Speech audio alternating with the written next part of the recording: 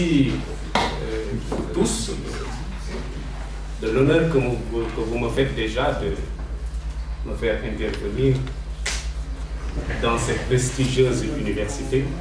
Et je remercie le professeur Charlot et toute son équipe de m'avoir associé à cette réflexion stratégique du XXIe siècle qui concerne beaucoup de pays, mais surtout les pays africains et l'Afrique est au cœur de beaucoup de préoccupations, mais des préoccupations essentielles parce que c'est le continent qui suscite toutes les convoitises. Et j'ai lu récemment un rapport de Hubert Védrine qui disait que l'Afrique est l'avenir de la France. Il y a également un rapport qui est disponible dans le site du Sénat, je crois, qui parle de ces problématiques comme l'avenir, l'Afrique comme étant l'avenir de l'Europe également. Mais ce n'est pas seulement ces deux entités qui la convoitent. Il y a les Chinois, il y a tout le monde qui... Bon, c'est la queue vers l'Afrique, mais également les problèmes constitutionnels sont prégnants parce qu'il y a au moins une dizaine d'États où se pose un problème de mandature, de respect de la Constitution. Donc le Sénégal n'est pas en dehors de cette problématique. Je remercie également tous les doctorants de leur présence et j'appelle un peu votre indulgence parce que je ne suis ni professeur, encore moins philosophe, mais je suis un praticien du droit et je vais essayer de vous donner modestement un regard critique par rapport au texte de notre pays. Donc, par rapport au contexte, juste pour situer le Sénégal c'est un petit pays de l'Afrique de l'Ouest, petit par la taille, 199 kilomètres carrés, pardon. C'est un petit pays certes, mais un pays géostratégique important. Donc c'est le point le plus proche des États-Unis. C'est un pays qui a été à l'avant-garde de beaucoup d'aventures. Donc c'est une des plus vieilles démocraties de l'Afrique. C'est le pays qui a connu plusieurs alternances pacifiques. C'est un pays qui n'a jamais connu de coup d'État militaire et c'est une terre d'exception en Afrique. C'est le premier pays qui a expérimenté le multipartisme, mais c'est un pays également qui a inscrit dans sa constitution de tout faire pour aller vers l'unité africaine. Et ce qui fait que ce n'est pas un vœu pieux. Depuis la nuit des temps, durant la colonisation, on a essayé de garder le système fédéral de l'AOF. Ça a échoué. En 60, après nos indépendances, on a expérimenté la fédération avec le Mali actuel. À l'époque, c'était le Soudan, et ça a tenu le temps d'une rose. On a expérimenté la confédération avec la Gambie en 81. Là également, ça n'a pas tenu. Mais ce qu'il faut savoir, c'est qu'on a des rapports avec la France depuis plus de 3 siècles, 356 années de rapports fusionnels, ou même dans la constituante de 1793, le Sénégal avait des représentants. Et on a eu une expérience parlementaire très riche depuis cette date. Et les premiers députés noirs, le premier c'est Blaise Diagne en 1914, qui a été appelé secrétaire d'État dans le gouvernement, qui a été responsable du recrutement qui a permis la victoire en 1918. Autre particularité aussi du pays, même en pleine période coloniale, il y avait des natifs de 4 communes, Dakar, Gorée, Saint-Louis et Rufisque, qui avaient la citoyenneté française. Ce qui faisait qu'avant les indépendances, on avait 2 collèges. Le collège des citoyens français qui élisait un député et le collège des sujets français qui relevait du code de l'indigénat et qui élisait un député également. Ce n'est qu'en 1946, après la Deuxième Guerre mondiale, que les tirailleurs ayant participé activement à la victoire de la France et de ses alliés, on a étendu la citoyenneté par une loi de 1946, les lois Lamine Gueye. Lamine Gueye était le président de l'Assemblée de notre pays de 60 à 68, jusqu'à sa mort. Voilà. Donc, sur le plan constitutionnel aussi, on n'a pas connu de coup d'État militaire, mais on a connu un coup d'État constitutionnel. Les gens, on l'appelle comme ça, en 62. Bon, je vais y revenir plus tard, mais c'est pour vous dire que le Sénégal a une place très importante. Sur le plan également de la lutte pour la paix, le Sénégal est le 3e contributeur des Nations Unies en termes de taux. On a participé à toutes les interventions des Nations Unies sur tous les espaces. Liban, Rwanda, dans pratiquement tous, au Rwanda également, et tout récemment, c'est au mois de mai, on a donné la médaille, qu'on appelle maintenant la médaille des Nations Unies, suite à une résolution des Nations Unies du mois de mai. On a donné le nom de la médaille des Nations Unies à un soldat sénégalais qui s'appelle le capitaine Bey Diagne, qui a sauvé beaucoup de Tutsis durant les événements du Rwanda. Et maintenant, c'est une médaille qui porte le nom d'un soldat sénégalais qui sera désormais donnée à tous les intervenants des Nations Unies qui ont fait acte de bravoure et de courage pour sauver les autres et pour participer à l'œuvre de paix. Donc c'est véritablement un pays qui est un pays majeur dans l'espace géostratégique et qui a expérimenté beaucoup de choses. Donc, sur le plan constitutionnel, on a connu une première constitution en 1959. Donc, le premier texte qui porte le nom de constitution au Sénégal, c'est une constitution de 1959, après avoir voté oui au référendum qui a appelé à la constitution de la communauté. Donc, après le passage du général de Gaulle au Sénégal en 1958, le Sénégal, par référendum, a voté oui à la constitution de la communauté. Et après, on en a tiré les conséquences pour rédiger notre première constitution de 1959.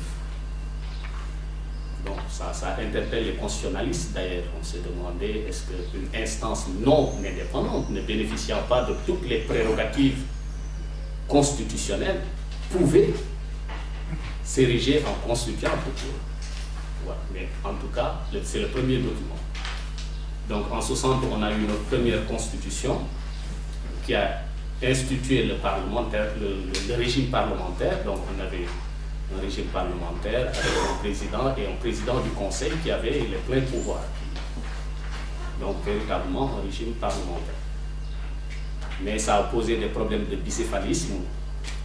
Il y a eu une opposition clivante entre le président de la République qui avait des pouvoirs très limités et le président du conseil d'alors. Ces rivalités ont divisé le parti commun en deux entités. Il y avait les djaïstes, donc le président du conseil c'était Mamadou Dia, et les sengoristes. Finalement, Senghor étant très subtil à user, maintenant tout le monde le reconnaît, hein, c'est un subterfuge pour évincer le président du conseil, parce qu'à l'époque il y avait la primauté du parti sur l'État.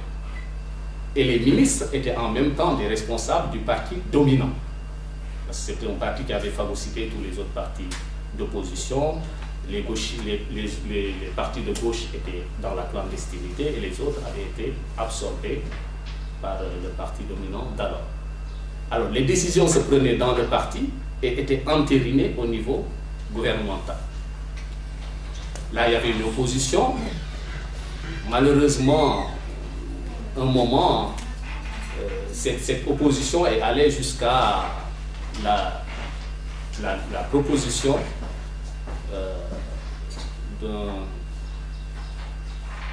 d'une motion de censure.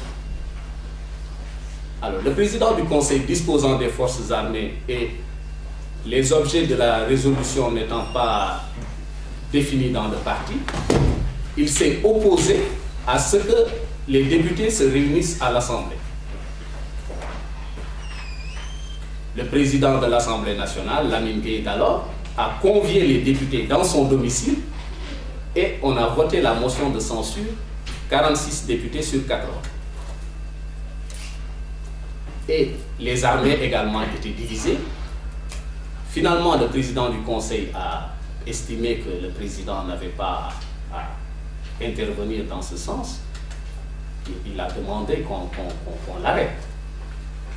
Et le président, subtil qu'il est, quand les militaires sont venus, est sorti de sa chambre, en robe de chambre, avec sa constitution, en disant aux militaires, si vous estimez, voilà ce que dit la Constitution, si vous estimez que le président du Conseil a raison, vous m'arrêtez tout de suite. Par contre, si vous estimez que j'ai raison, je vous enjoins l'ordre d'aller l'arrêter, lui et ses partisans. Donc ce sont des événements qui se sont déroulés en décembre 62, qui ont fini par l'arrestation du président du Conseil, du ministre de l'Intérieur d'alors, du ministre des Sports et du ministre du Travail. On les a jugés par la Haute Cour de justice avec de lourdes condamnations en réclusion, 20 ans, etc. Bon, ils ont gardé la prison pendant 12 ans. Ce n'est qu'en 1974, quand Senghor a voulu intégrer l'Internationale socialiste, qui exigeait qu'il n'y ait pas de prisonniers politiques, il a été obligé de les gracier. Voilà, donc les constitutionnalistes parlent de coup d'État constitutionnel, parce que la Constitution n'était pas respectée dans sa lettre. Et Senghor a estimé que dès l'instant où le gouvernement en place avait été destitué par motion de censure, il devait céder la place. Enfin, je ne vais pas trop m'étendre sur ce, mais c'est un élément important de notre histoire et c'est un élément qui a créé un clivage dont les soubresauts sont jusqu'à présent subis dans notre pays.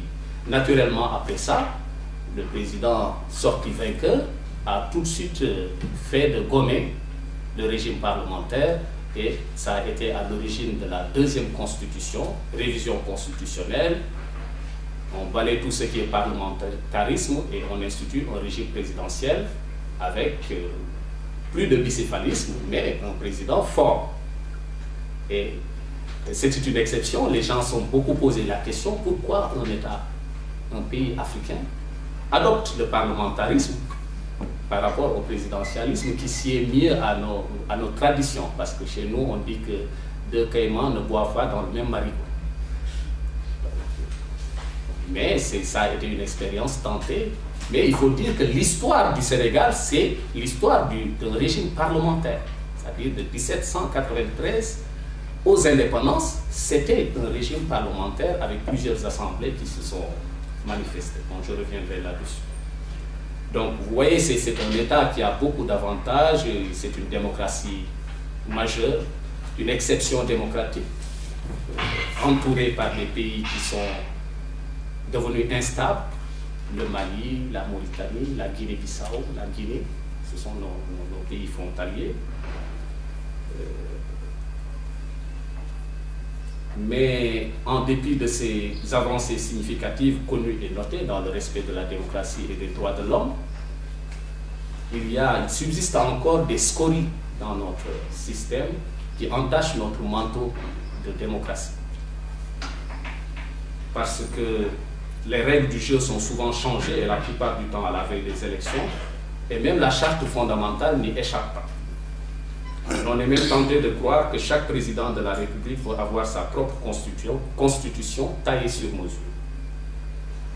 Bon, donc chacun, on a des révisions à la veille, donc la constitution de 1963, je vous en ai parlé, à l'initiative du président Senghor. Diouf n'a pas modifié fondamentalement, mais il y a eu plein de modifications déconsidérantes sous son régime. Et quand le président Wade, le troisième président, est venu, il a également révisé la Constitution c'est celle du 22 janvier 2001 qui est toujours en vigueur. Et l'actuel président, le quatrième également, a une vision. Il a mis en place une CNRI, une commission nationale de révision des institutions. Il a pris l'engagement solennel, après avoir acquis un mandat de 7 ans, de le réduire à 5 ans. Donc, les constitutionnalistes se posent la question comment, parce qu'on a les 2 voies, référendaires ou par l'Assemblée, mais en tout cas depuis 2 ans, il ne cesse de réitérer cet engagement, de réduire son mandat de 7 à 5 ans, et on attend. Il a désigné une commission nationale de réforme des institutions qui a déposé un rapport, mais qui est allé plus loin, qui a déposé un projet de constitution par rapport au constat qu'ils ont fait et ce qu'ils ont relevé des sondages.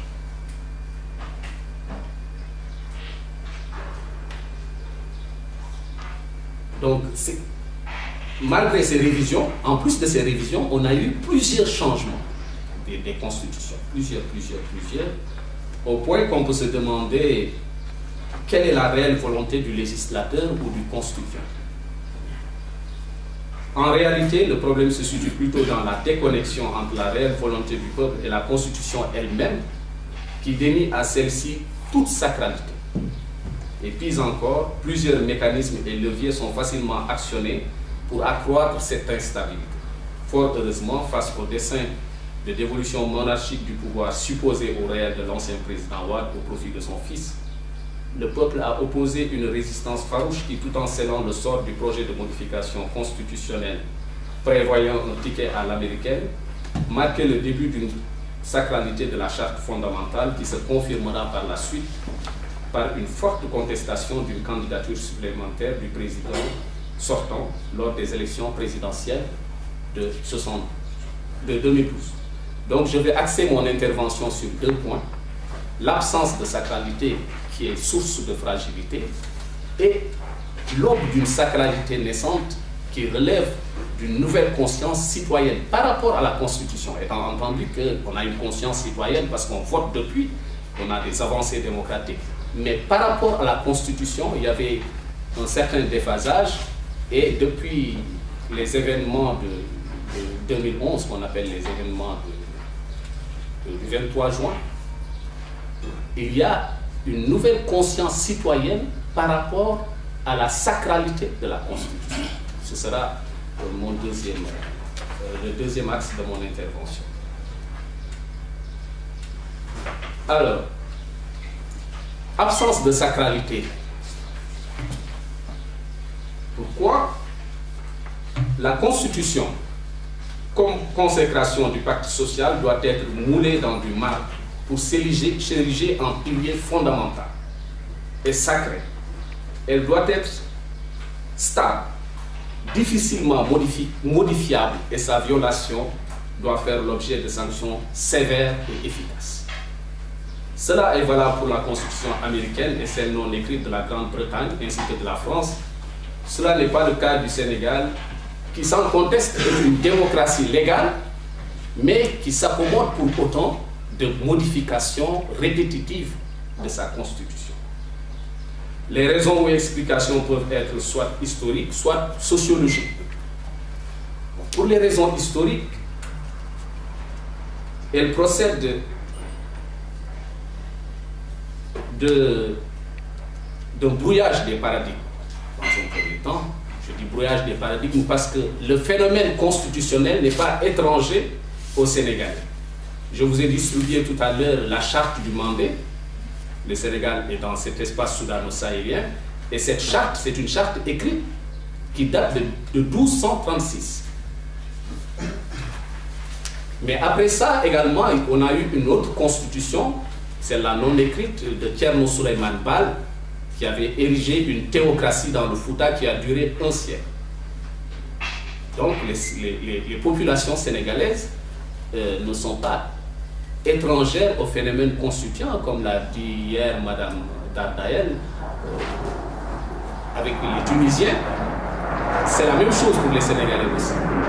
Et la presqu'île du Cap-Vert également connaît le phénomène constitutionnel parce qu'on a une république qu'on appelle la République Lébou, qui date de 1668 et qui a même signé des conventions avec les différents rois de France. Donc là où sont érigés nos palais essentiels, le palais de la République, l'Assemblée nationale, c'était des sites qui appartenaient à cette République Lébou qui a signé des conventions avec les rois de France pour les céder. Donc cette République aussi existait et avait une constitution, avec une charte, etc. Mais après ces événements, il y a eu d'autres qui ont déstructuré le système. Donc il y a eu plusieurs colonisations, c'est pas seulement la colonisation française a plus duré dans le temps, mais elle n'est pas la seule. Il y a eu la présence portugaise, la présence arabe, la présence des Hollandais, la présence des Anglaises. Donc Saint-Louis est passé des mains des Hollandais, et Gorée également, des Hollandais, des Anglais, des Portugais. Et pour ceux qui ont la chance de visiter Gorée, vous verrez les traces par les habitants. Les différentes couleurs, rouge pour les Hollandais, jaune pour les Français, les blancs pour les Anglais, etc. Donc, ces présences-là, avec des modèles exogènes, ont brouillé les repères qui font que les symboles de la République moderne paraissent des éléments étrangers au Sénégal. Donc, ils ne se voient pas dans les symboles d'une république, le drapeau, l'hymne national. Ça ne leur parle pas. Donc, il y a une déconnexion entre leur aspiration profonde et un système républicain imposé, exporté. Donc, c'est le premier phénomène historique qui à mon sens, explique un peu l'absence de sacralité. Au point que même l'actuel président, maintenant, tous les premiers lundis du mois, participe à une cérémonie, un cérémonial de lever des couleurs pour appeler les citoyens à un plus grand respect des symboles de l'État. Vous voyez, 50, on est indépendant depuis 60, 54 ans, il n'y a toujours pas une véritable adhésion par rapport aux symboles de l'État. Donc, c'est un problème.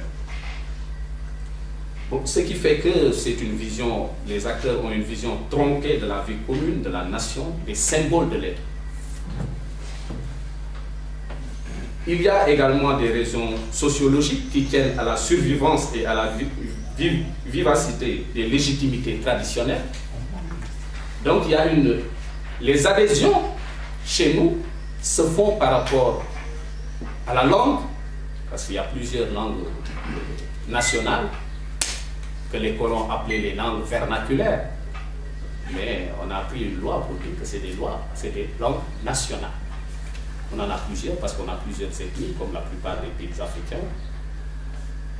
L'adhésion se fait par rapport à l'ethnie, par rapport au clan, par rapport à la religion, par rapport à la confrérie. Et cela déteint sur le plan politique. Les leaders vont chercher les bases dans leur ressort traditionnel.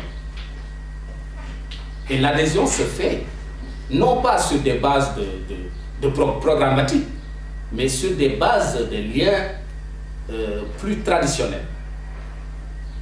Donc ça aussi, ça explique un peu une désaffection entre les citoyens et la Constitution. C'est ce qui fait que pendant longtemps, donc, on a révisé la Constitution sans pour autant que ça n'émeuve outre mesure les citoyens. Donc, ce qui fait que dans nos constitutions, comme la plupart des modifications participent d'une volonté de se perpétuer au pouvoir ou de renforcer ses propres pouvoirs, il y a dans la Constitution elle-même des mécanismes de fragilisation. On n'a pas un verrou qui rende difficile les révisions et les modifications. Dit majorité qualifiée ou référendum. Et le problème, c'est qu'on utilise le référendum pour réviser la Constitution dans son entièreté, mais on n'utilise pas le référendum pour une modification qui peut être une modification déconsolidante. Donc ça, c'est une absence de verrou. Aux États-Unis, vous déclenchez une révision, ça n'aboutit pas jusqu'à la fin de votre mandat, parce que le mécanisme est tellement complexe que finalement, personne ne se hasarde à jouer à ce jeu. Mais nous, la modification jusqu'à présent est très facile et on n'a pas un verrou à ce niveau-là. Ça interpelle tous les constitutionnalistes. D'ailleurs, la plupart des pays africains sont confrontés à ça. On dit 2 mandats, à l'issue des 2 mandats, on fait réviser la Constitution et puis on prolonge. Donc, c'est un système qui dénie à la Constitution toute sa qualité. Ce n'est pas un tissu qu'on modifie tout le temps, mais c'est un symbole, comme le disait l'autre hier, c'est un symbole. Donc un symbole, c'est un élément fédérateur, un pilier. Un pilier par essence, on ne le déplace pas tous les jours, sinon l'édifice s'écoule. Et c'est un problème, l'absence de verrou qui interpelle les constitutionnalistes. Il y a une influence également trop grande du président sur les autres institutions, sur la justice et sur le Parlement. Ce qui fait que, bon, chez nous on dit, c'est un adage qui est galvaudé, le président est la clé de voûte des institutions. Mais il est trop puissant, au point qu'on n'ait plus un équilibre des pouvoirs. Donc il faut qu'il y ait des mécanismes constitutionnels dans une démocratie de check and balances, contre-pouvoir. Mais on n'a pas suffisamment réfléchi à ce facteur qui fait qu'on peut facilement abuser du fait majoritaire.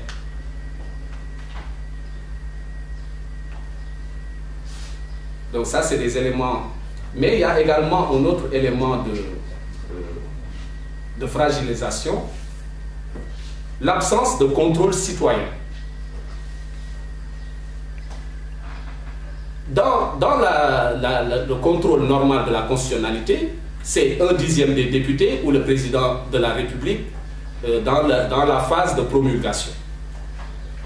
Évidemment, on n'a jamais eu de cas où les gens s'attaquent à une loi qu'ils jugent anticonstitutionnelle. En 1992, on a introduit dans la réforme des hautes cours l'exception d'inconstitutionnalité. Mais seulement, le problème, c'est qu'il faut aller jusqu'au Conseil d'État ou à la Cour de cassation pour pouvoir soulever cette exception. C'est différent de la QPC chez vous, qui peut être soulevée au niveau des juridictions de base. Mais chez nous, ce n'est pas possible. Il faut élever le conflit jusqu'à arriver au Conseil d'État ou à la Cour de cassation pour pouvoir soulever cette exception d'inconstitutionnalité. C'est ce qui fait que de 1992 à maintenant, on a connu peu de cas. Bon, il y a également, je ne vais pas titiller mon doyen, mais il y a une certaine frilosité aussi du Conseil constitutionnel à prendre certaines décisions. Tout récemment, il y a eu une exception d'inconstitutionnalité qui a été introduite par l'ancien fils du président, mais par rapport à la constitutionnalité d'une loi sur la CREI qui renverse la charge de la preuve, et il n'y a pas de délai d'appel, etc. Mais le Conseil constitutionnel a estimé que la loi était conforme à la Constitution. Donc il y a voilà, donc je vais essayer d'accélérer un peu. Bon. Maintenant, par rapport à ça, en 2012, il y a eu 2 faits majeurs qui ont éveillé la conscience des acteurs. Le premier, c'est que le président, en 2011, 23 juin 2011, a voulu modifier les règles du jeu, fondamentalement, pour instituer un ticket à l'américaine. Il avait au préalable fait modifier la Constitution pour instituer la vice-présidence où personne n'a été nommé. Mais en 2011, il a déposé un projet, je vais résumer un peu, pour dire que le président peut être élu même avec une majorité relative de 25%. Bon, chez nous, on l'appelle le quart bloquant, mais ce n'est pas le quart bloquant. C'est une mauvaise interprétation du quart bloquant. C'est plus grave. Et le ticket à l'américaine, c'est-à-dire que le président et le vice-président soient élus en même temps aux élections. Les gens subodorants un projet monarchique, se sont opposés. Il y a eu une résistance citoyenne pendant toute une journée, avec des slogans forts de la société civile, du peuple: touche pas à ma constitution. Avec un mouvement, vous savez, les rappeurs qui sont prêts, ils ont le sens du verbe et du mot juste. Et il y a un groupe qui s'appelle Yanamar. Ils ont érigé des t-shirts et tout, et puis des slogans: touche pas à ma constitution. Et cette révolution citoyenne a fait que, finalement, le président a demandé au ministre de la Justice qui défendait le projet de retirer le projet. Et ce jour-là est né le mouvement du M23. 23, c'était le 23 juin 2011.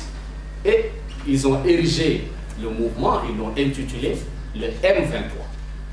Ce M23, qui est constitué de jeunes rappeurs, de la société civile, de gens, de citoyens, a surfé sur cette vague pour appeler les jeunes à avoir la carte d'électeur qu'ils appelaient l'arme. C'est la véritable arme. La véritable arme, ce n'est pas de parler, de manifester.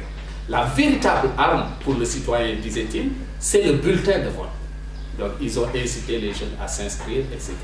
Et ce mouvement est allé crescendo jusqu'à faire parvenir la deuxième alternance démocratique au Sénégal. Mais auparavant, je vais peut-être essayer de terminer par là parce que je suis en train de dépasser mon temps, mais je vous demande un peu d'indulgence parce que c'est des problèmes très techniques. Auparavant, il y a eu le débat sur la recevabilité de la candidature du président, qui avait été élu sous le régime de la Constitution de 63 pour un mandat de 7 ans. En 2001, il révise la Constitution, il prévoit 2 mandats de 5 ans. Donc vous pouvez voir la Constitution, je vous ai. Et il y a des dispositions transitoires, l'article 104 qui dit, premier alinéa, le président poursuit son mandat jusqu'à son terme. Deuxième alinéa, toutes les autres dispositions, y compris l'article 27 qui prévoyait 2 mandats successifs de 5 ans, lui sont applicables. Alors les constitutionnalistes ont eu un débat, certains ont estimé que le premier mandat de 63 entre dans les dispositions de l'article 27, d'autres pas. Bon, je ne vais pas entrer dans les détails, ça va être long, mais le Conseil constitutionnel a estimé malgré tout que la candidature du président est recevable. Et il y avait des arguments forts. On a fait intervenir dans un séminaire tous les grands constitutionnalistes français. La majorité a estimé que la candidature était recevable. Mais même par rapport à ça, il y a eu un grand mouvement citoyen également qui demandait à ce que le président ne se représente pas parce que le président avait pris plusieurs fois également l'engagement moral de ne pas faire 2 mandats. Et un moment dans ses développements, il avait dit: c'est moi qui ai fait écrire la Constitution, j'ai verrouillé. Donc je ne peux pas aller au-delà de 2 mandats. Mais le débat juridique qui se posait, est-ce que le propos du président, un propos politique comme ça, peut prendre le pas sur l'interprétation des dispositions constitutionnelles? Voilà. Mais en définitive, le peuple sénégalais a accepté et s'est plié à la décision du Conseil constitutionnel. Et on est allé à des élections démocratiques et pacifiques. Et le président sortant a été battu et a transmis pacifiquement le pouvoir. Cela traduit une certaine maturité du peuple sénégalais et la vitalité également de sa démocratie. Alors, pour conclure, je dirais qu'entre les assises nationales, la charte de bonne gouvernance, les conclusions de la Commission nationale de réforme des institutions et les engagements du chef de l'État de réduire son mandat et de relifter les institutions, le Sénégal cherche la voie d'une stabilité constitutionnelle qui ancrera plus durablement une démocratie inclusive et citoyenne. L'émergence d'une nouvelle citoyenneté qui appelle à une plus grande vigilance érigera le peuple en véritable vigie de la Constitution. Mais au préalable, celle-ci doit être un socle adossé à des valeurs communes et consenties qui cimentent un véritable commun vouloir de vie commune, comme l'appelait de tous ses voeux le président poète Léopold Sédar Senghor. Il nous faudrait pour ce faire repenser le pacte social pour trouver un consensus autour de problématiques qui demeurent clivantes et par conséquent brouillent les repères et dispersent les énergies. C'est le cas du nombre de partis, des candidatures indépendantes qui ne sont pas acceptées pour le moment dans notre système, du bulletin unique, de la parité, de l'indépendance de la justice, de la place des confréries et des religieux, de la nature du régime, de la nature du Parlement, de la taille du gouvernement, des conditions d'exercice de la liberté de la presse, du financement des partis politiques, du financement des campagnes électorales, de l'orientation de l'enseignement, de la préservation de nos ressources naturelles. Ce nécessaire exercice qui portera l'attention sur les conflits internes de nos communautés et groupes de tous bords ne doivent pas, comme le soulignait à juste titre M. Abdourahmane Gaïdé, qui est un professeur de lettres chez vous, réveiller les aversions, ni inciter des pleurs inutiles, mais conduire à la réflexion sur les mutations internes indispensables pour penser ensemble l'avenir.